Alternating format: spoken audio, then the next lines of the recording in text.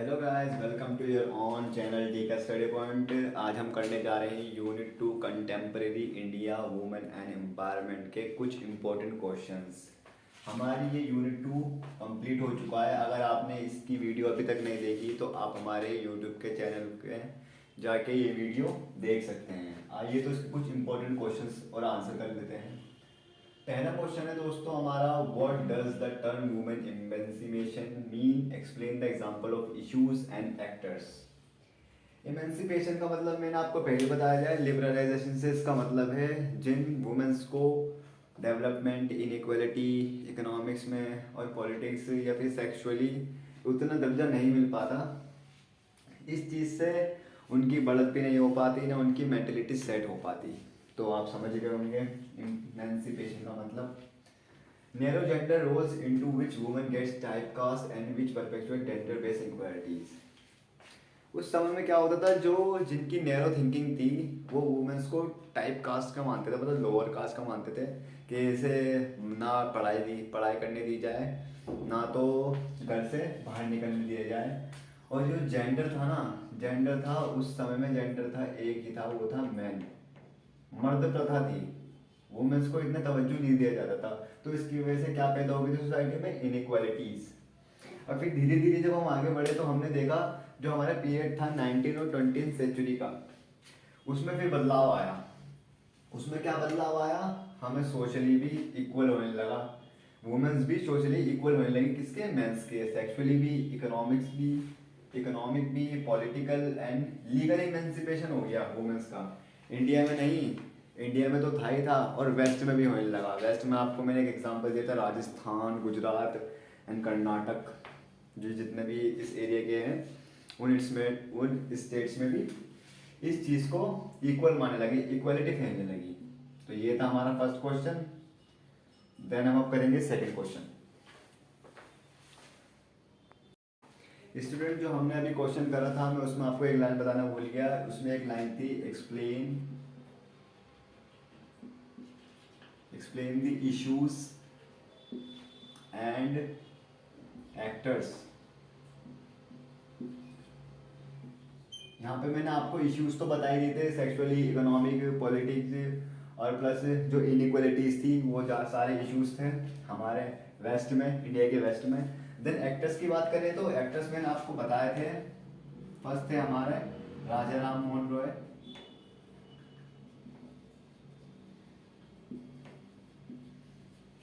Second थे हमारे ईश्वर चंद्र विद्यासागर,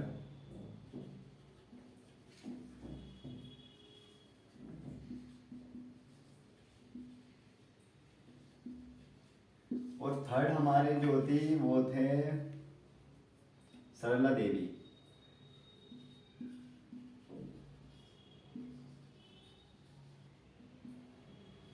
ठीक, या फिर फोर्थ भी मान लो, ज्योतिबा फूले। ज्योतिबा इनके काम तो मैंने आपको बता ही दिए थे। इन्होंने, राजा राम मोहन रॉय ने हमारी पॉलीगैमी और सती को अबॉलिश करा था। देन हमारे जो ईश्वरचंद्र विद्यासागर थे, उन्होंने विडो रीमैरिज के लिए एक अंग्रेजों से एक्ट पास करवाया था। देन हमारी सरला देवी थी, उन्होंने एजुकेशन को टारगेट करा था।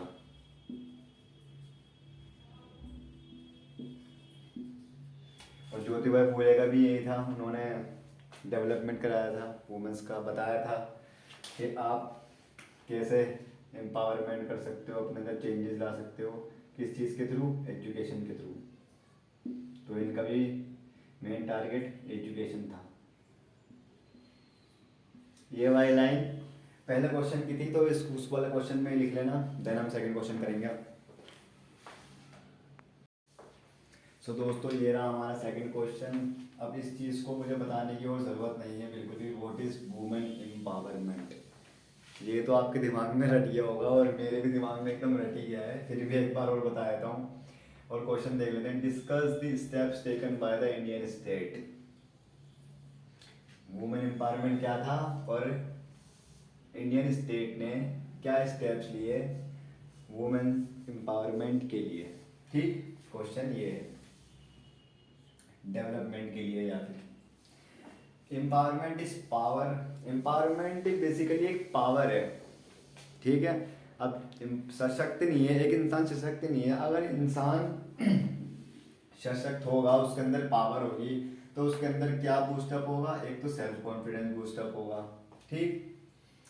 उसके बाद वो अपने डिसीजन भी खुद ले सकता है। देन उसे किसी और की ज़रूरत नहीं है, किसी सहारे की ज़रूरत नहीं है। अगर उसके अंदर एम्पावरमेंट है, तो इस चीज़ को हमने किससे जोड़ा? वुमेन्स में। वुमेन्स को जोड़ा हमने एम्पावरमेंट से। अगर वुमेन्स पढ़ी लिखी हैं, औरत अगर पढ़ी लिखी है और वो अपना काम भी चला सकती है, देन वो कमा भी सकती है, वो सेल्फ इंडिपेंडेंट है, तो उसको किसी चीज़ की ज़रूरत नहीं है। उसके अंदर सेल्फ कॉन्फिडेंस खुद ही बूस्ट हो जाएगा, पावर तो उसके पास है ही, और अपने डिसीजन भी वो खुद ले लेगी, ठीक। अब इससे अच्छा तो आपको कोई समझा ही सकता है। Discuss the steps taken by the Indian state. Indian state ने क्या स्टेप्स लिए वुमेन को डेवलप करने के लिए? एक इनिशिएटिव ये लिया था डॉन, अगर आपको पता हो, ये मैंने बताया था एक वीडियो में, सेकंड वीडियो है आई थिंक, उसमें बताया था डेवलपमेंट, इसकी डेफिनेशन बता रहा हूँ, development alternatives women in new era. आपको फुल फॉर्म जान के पता लग ही गया होगा। जो डॉन था वो एक तरह का विजन था या ऑर्गेनाइजेशन था, जिसने क्या करा? DAWN is a network of southern activities research and policy makers founded in the mid 1980s। ये एक पॉलिसी मेकर था, इन्हें रिसर्च करी वुमेन्स पे कि कहाँ का डेवलपमेंट की ज़रूरत है और किसको एम्पावरमेंट चाहिए, और हम किस स्टेट में किन वुमेन्स को, किन मंडल्स को, किन समाख्यों को डेवलप कर सकते हैं, ठीक। और इसने करा 1980s में, ये वाला काम शुरू हो गया था। और आपको पता ही होगा कि डॉन कब बना, क्योंकि मैंने वीडियो बता रखा था। The empowerment of poor and marginalize women is central to DAWN vision development. अब एम्पावर जो भाई महिलाएं थोड़ी पुअर थी, गरीब थी, उन महिलाओं को जो विजन, जो डॉन है उसने विजन बिठाया कि इन महिलाओं को हमें डेवलप करना है, ठीक। तो आइए, ये वाला क्वेश्चन पूरा हो चुका हमारा, अब थर्ड क्वेश्चन पे चलते हैं। सो दोस्तों, ये रहा हमारा एक last question. Describe the plans to attention paid to women and gender related. Women's के लिए और जेंडर रिलेटेड के लिए क्या प्लान चला है? इसमें कुछ नहीं करना है, इसमें आपको वही प्लान्स बताने हैं जो मैंने आपको बताए थे 5 ईयर प्लान्स। वो कब से कब तक आए? ये आया था 1951 से 56, ऐसे करके आपको सब बताने हैं। पहला प्लान था सोशल वेलफेयर के लिए, दूसरा था डेवलपमेंट ऑफ महिला मंडल्स, थर्ड और फोर्थ था वुमेन एजुकेशन, फिफ्थ था scheme for women in development, और सिक्स था हमारा Kota for women in development. और आपको जो मैंने लास्ट बताया था 10 था सेल्फ ग्रुप के ऊपर था। दोस्तों, यहाँ से एक क्वेश्चन बनता हुआ आ रहा है, महिला मंडल। आपने अगर एक चीज और पढ़ी होगी, महिला सामख्य सॉरी, तो इसका एक क्वेश्चन हमारा ये बनता है,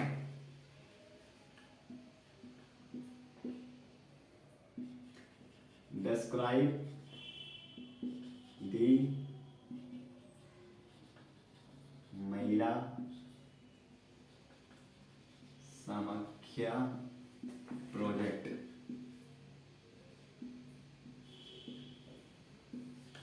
बहुत सिंपल क्वेश्चन है ये, तो आपको पता होगा, डिस्क्राइब द महिला सामर्थ्य प्रोजेक्ट। मगर ये कम से कम 10 नंबर का बन सकता है अगर आप चाहो तो, क्योंकि कोर्स जो हमारा पेपर बनाएगा इसमें देने के लिए सब कुछ है। ये समझ लो, इसके इर्द गिर्द घूम रहा है पूरा चैप्टर, पूरा यूनिट सॉरी, ठीक। तो दोस्तों, यही वीडियो खत्म होती है हमारी इंपॉर्टेंट क्वेश्चंस की। डी के स्टडी पॉइंट को लाइक कर देना, सब्सक्राइब कर देना, और कमेंट करके बताओ यार वीडियो कैसी लगी, ठीक है। Good bye.